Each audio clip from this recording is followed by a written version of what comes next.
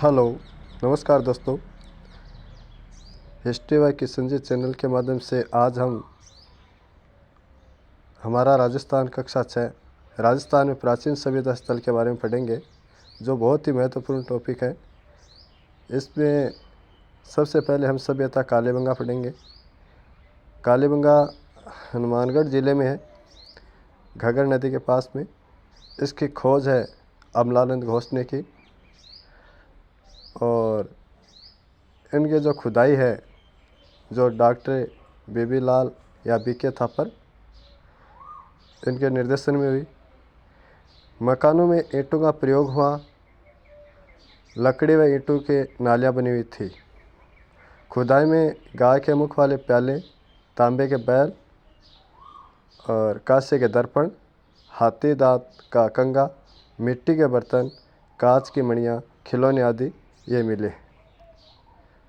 कालीबंगा सभ्यता के बारे में करीब करीब एग्ज़ाम में आता है, कोई भी एग्ज़ाम दो। उसके बाद में आता है आघाटपुर या आहड़, जो उदयपुर ज़िला। आहड़ पेड़च नदी, आहड़ को आघाटपुर या धूलकोट भी कहते हैं। ये कई बार पूछते हैं कि धूलकोट किस सभ्यता को कहते हैं, तो आघाटपुर या आहड़ को कहते हैं। ये ताम्रवर्ती या ताम्बावती कहते हैं इसको। 10वीं और 11वीं शताब्दी में इसे आघाटपुर के नाम से जाने लगा। यहाँ मकानों में दीवारों में पत्थरों से मिट्टी से बनी हुई हैं। कई बार पूछ लेते हैं आघाटपुर मकान जो दीवारें हैं किससे बनी हुई है, तो पत्थर और मिट्टी से बनी हुई है। मकानों में 4 से 6 चूल्हे मिले हैं, जो संयुक्त परिवार या सामूहिक भोजन विधि के साक्ष्य हैं। आहड़ में भट्ठीनुमा चूल्हा मिला है। यहाँ तांबा पिघलाया जाता है। यहाँ लाल भूरे मर्द भांड मिले हैं। धूलकोट में 1951 से 52 में हुए उत्खनन में तस्तरियाँ, दीपक, धूपदानियाँ, कटोरियाँ, मटके, कलश, चूड़ियाँ, खिलौने, 26 किस्म के मणियाँ, 6 तांबे मुद्राएँ मिली हैं और इसके साथ 3 मुहरें प्राप्त हुई हैं। उसके बाद में आपका बालाथल। बालाथल उदयपुर जिला, वल्लभनगर तहसील। कमरे का एक बड़ा भवन व दुर्ग जिसे चिन्ह भी प्राप्त हुए हैं। बालाथल में तांबे के चाकू, कुल्हाड़ी, छेनी, बाण जैसे उपकरण तथा कर्णफूल, गले के हार, लटकन आदि मिश्रित अर्थव्यवस्था भी वहाँ की मिली है। अब हम आगे पढ़ेंगे इसके बारे में। जीविका के साधन कृषि और पशुपालन और शिकार था। बालाथल के बारे में कई बार पूछ लेते हैं कि इनमें जीविका के साधन कौन से थे या क्या थे, तो कृषि थी, पशुपालन था। बालाथल में लोह गलानी के भट्टियाँ मिले हैं। ये कई बार पूछा गया है कि कौन सी जगह लोह गलानी के भट्टियाँ मिले हैं, तो बालाथल। बैराट के अतिरिक्त बालाथल ऐसा स्थान है जहाँ बुना वस्त्र प्राप्त हुआ है। उसके बाद चौथी सभ्यता आती है आपकी गणेशपुर सभ्यता। गणेशपुर जिला सीकर, तहसील नीमका थाना। ताम्र संचय संस्कृति कहा जाता है इसको।